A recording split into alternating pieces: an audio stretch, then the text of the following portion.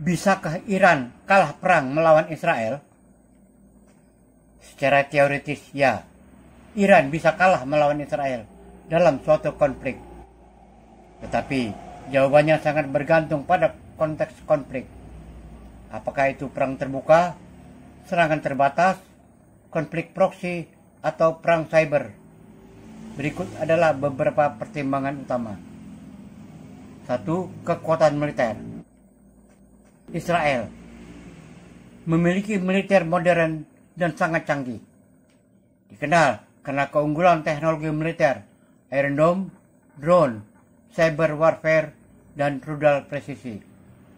Diduga memiliki senjata nuklir, walau tidak pernah secara resmi dikonfirmasi. Memiliki dukungan kuat dari negara-negara barat, terutama Amerika Serikat. Iran militer lebih besar secara jumlah personil, tetapi teknologinya lebih usang. Memiliki kekuatan rudal balistik yang signifikan dan pengaruh melalui kelompok proksi di Hizbullah, milisi Syiah di Irak, Houthi di Yaman. Tidak memiliki senjata nuklir, meskipun program nuklirnya jadi sorotan global. 2. Geografi dan jarak. Iran dan Israel tidak berbatasan langsung, jadi perang langsung skala besar sulit terjadi tanpa eskalasi regional. Konflik biasanya terjadi lewat serangan udara, drone, rudal, atau perang proksi, misalnya Hizbullah di Lebanon. 3. Faktor politik dan aliansi. Israel didukung kuat oleh Amerika Serikat dan beberapa negara Eropa.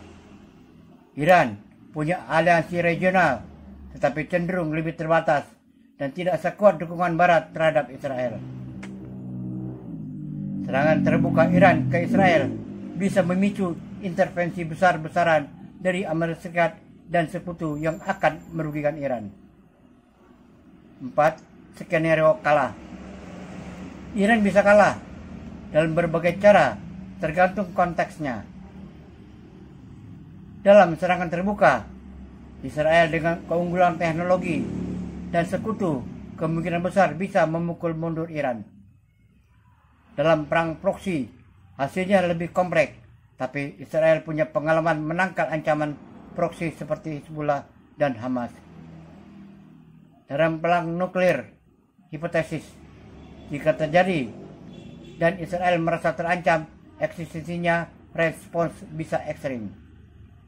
Kesimpulan, Iran bisa kalah melawan Israel dalam banyak skenario militer, terutama karena keunggulan teknologi, intelijen, dan aliansi Israel. Namun, karena keduanya adalah kekuatan regional besar, konflik terbuka akan sangat destruktif dan kemungkinan akan melibatkan banyak negara lain. Mari kita bahas lebih rinci tentang jenis senjata dan strategi militer yang dimiliki oleh Iran dan Israel, agar kamu bisa memahami potensi kemenangan atau kekalahan dalam konflik antar keduanya. Israel, kekuatan utama, teknologi tinggi, salah satu militer paling canggih di dunia. Dukungan Barat, terutama dari Amerika Serikat, bantuan militer tahunan mencapai miliaran dolar. Kemampuan nuklir diduga memiliki sekitar 80-90 ledak nuklir. Sistem senjata unggulan. Pertahanan udara, Iron Dome, David Sling Arrow, mampu menangkis roket jarak pendek, rudal balistik, dan drone. Angkatan udara, F-35I, Adir, F-16, drone Hermes. Jet tempur siluman generasi kelima digunakan dalam serangan jauh. Rudal presisi, Flora, Long Range Artillery, Delilah, rudal balistik jarak jauh dan presisi tinggi. Cyber warfare, unit 8200, sangat aktif dalam spionase dan serangan cyber global. Senjata nuklir diduga tidak diumumkan, tapi secara luas diyakini memiliki persenjataan nuklir. 3 strategi.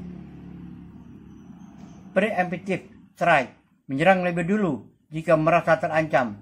Contoh serangan ke reaktor nuklir Irak dan Suriah. Penguasaan informasi dan intelijen, operasi Mossad sangat terkenal. Pertahanan berlapis, dari Iron Dome hingga sistem rudal anti balistik. Iran, kekuatan utama, militer besar, banyak personil dan basis militer tersebar. Proksi regional, Hizbullah di Lebanon, milisi di Irak, Suriah, dan Yaman. Kekuatan rudal, salah satu yang terbesar di Timur Tengah. 2. Sistem senjata unggulan. Rudal balistik, Sahab 3, Emad, Sejil, bisa menjangkau Israel dari Iran. Drone serang, Shahid 136, Muhajir, Ababil, digunakan untuk pengintaian dan serangan bunuh diri. Angkatan Laut asimetris, perahu cepat bersenjata raja laut, cocok untuk pertempuran di Selat Hormuz.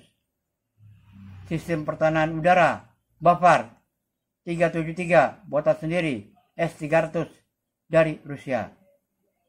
Cukup baik, tapi kalah dibanding sistem barat. Cyber warfare, APT-33, APT-34, aktif di dunia maya, pernah menyerang perusahaan minyak besar. 3. Strategi. Perang asimetris, tidak mengandalkan kekuatan frontal, tetapi melalui serangan tak terduga dan taktis. Pengaruh regional lewat proksi, menyebarkan ancaman lewat kelompok bersenjata di negara-negara tetangga Israel. Strategi ketahanan, memastikan konflik berlangsung lama dan melelahkan musuh. Siapa yang lebih unggul? Teknologi dan intelijen, Israel lebih unggul. Jumlah pasukan dan skala regional, Iran lebih unggul. Pertahanan udara, Israel lebih unggul. Kekuatan proksi dan pengaruh di Timur Tengah, Iran lebih unggul. Kemampuan nuklir, asumsi, Israel lebih unggul. Cyber warfare, imbang, tetapi Israel lebih presisi dan agresif. Kesimpulan taktis. Jika terjadi konflik terbuka, Israel kemungkinan bisa menang secara militer dalam jangka pendek karena keunggulan teknologi dan serangan presisi. Namun, Iran bisa memperpanjang konflik dan membuatnya mahal secara ekonomi dan politik melalui perang proksi dan serangan balasan tidak langsung. Simulasi skenario perang antara Iran dan Israel. Kita akan buat 2 skenario utama, masing-masing dari pihak yang mulai serangan. Tujuannya bukan untuk meromantisasi politik, tapi untuk memahami dampak dan dinamika strategis yang mungkin terjadi. Skenario 1, Israel menyerang dulu, preemptive strike. Latar belakang, intelijen Israel, Mossad, mendapat bukti bahwa Iran hampir mencapai kemampuan nuklir militer. Untuk mencegah itu, Israel melakukan serangan udara di fasilitas nuklir di Natanz dan Fordow. Urutan peristiwa. Hari ke-0, jet tempur siluman F-351 Israel menyerang fasilitas nuklir Iran dengan rudal bunker buster. Serangan cyber melumpuhkan sebagian sistem radar Iran. Hari ke-1 sampai hari ke-3, Iran merespon dengan meluncurkan rudal balistik Sahab 3 ke wilayah Israel, mengaktifkan Hizbullah di Lebanon untuk menyerang Israel Utara, serangan drone ke pangkalan Amerika Serikat di Irak dan di Suriah. Hari ke-4 sampai hari ke-10, Iron Dome dan Arom mencegat sebagian besar rudal, tapi beberapa berhasil mencapai target. Israel meluncurkan serangan ke depot senjata Hizbullah dan pos Iran di Suriah. Ketegangan meningkat. Dunia internasional menyerukan deeskalasi. Hari ke-11 sampai hari ke-30, serangan udara Israel terus berlanjut. Iran menggunakan milisi di Irak untuk menyerang fasilitas Amerika Serikat. Amerika Serikat terpaksa ikut terlibat untuk melindungi kepentingannya. Hasil sementara, kerusuhan besar pada program nuklir Iran. Israel menghadapi gelombang rudal dan serangan dari banyak front. Konflik regional meningkat. Ekonomi global terganggu. Belum ada pemenang mutlak, tapi Israel unggul secara taktis. Skenario 2. Iran menyerang dulu. Retaliation of provocation. Latar belakang. Iran memutuskan membalas pembunuhan salah satu jenderalnya oleh Israel dengan meluncurkan serangan langsung ke wilayah Israel. Urutan peristiwa. Hari ke-0, Iran meluncurkan puluhan rudal balistik ke pusat militer dan kota di Israel. Shahid 136 drone menyerang pelabuhan dan bandara Israel. Hari ke-1 sampai ke-3, Israel mengaktifkan drone Dome, Arrow, dan David Sling. Sebagian besar rudal dicegat, tapi korban sipil tetap terjadi. Israel menyatakan perang dan mobilisasi IDF.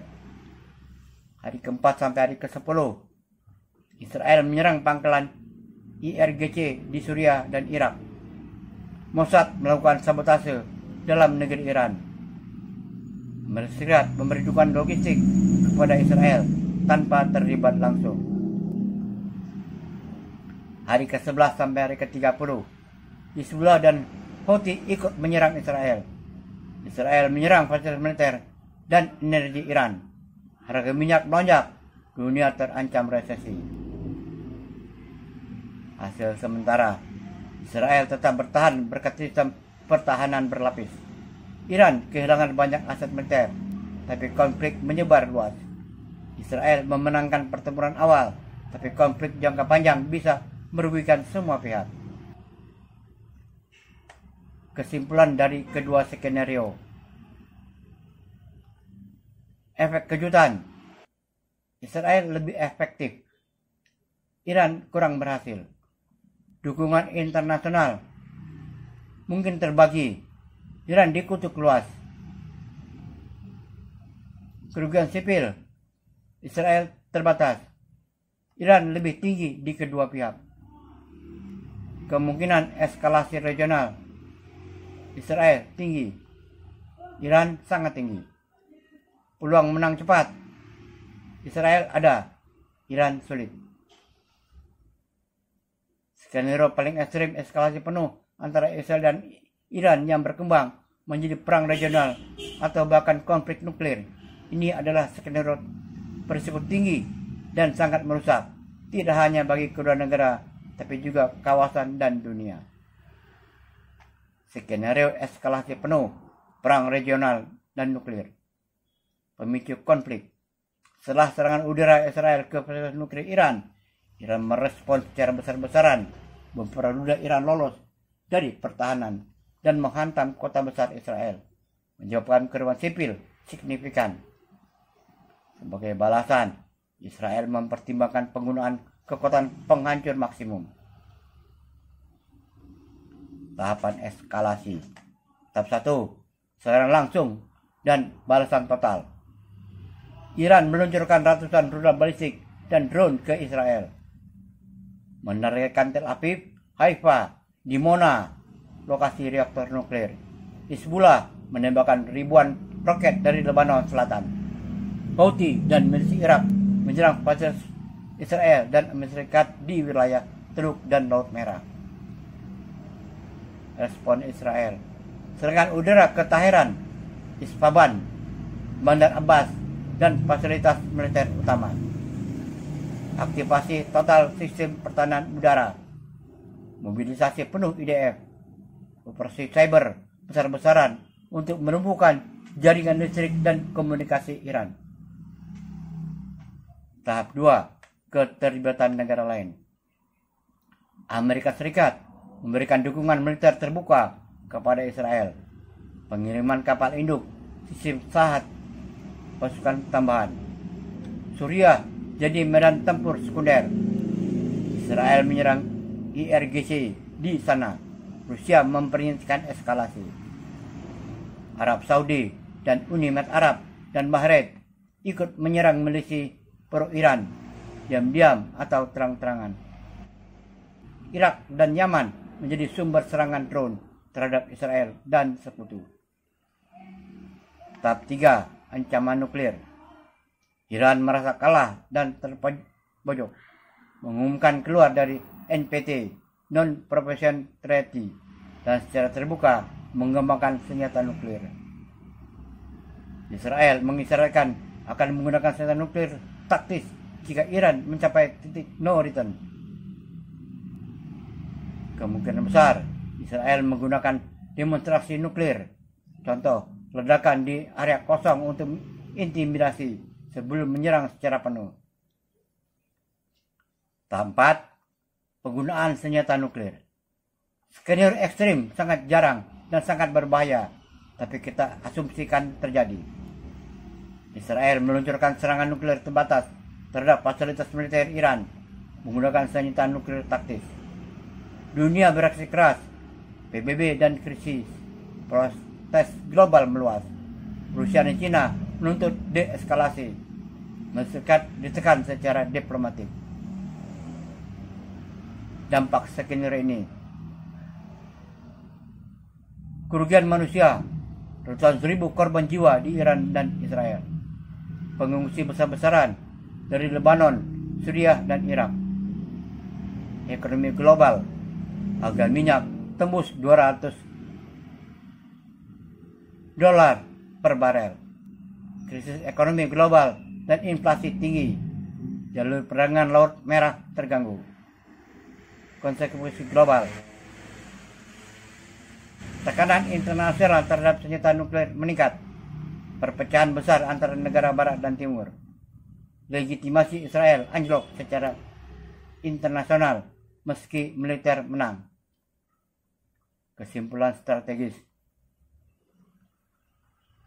kemampuan menang cepat, Israel ya, Iran no. Kemampuan bertahan jangka panjang, Israel terbatas, tekanan global, Iran sangat terbatas. Risiko kehancuran nasional, Israel tinggi jika perang nuklir, Iran sangat tinggi. Pemenang politik tidak ada, Israel tidak ada, Iran tidak ada. Catatan penting, meski Israel secara militer unggul dalam perang nuklir, tidak ada pemenangan sejati. Tujuan utama strategi nuklir modern adalah deterrence, pencegahan, bukan penggunaan.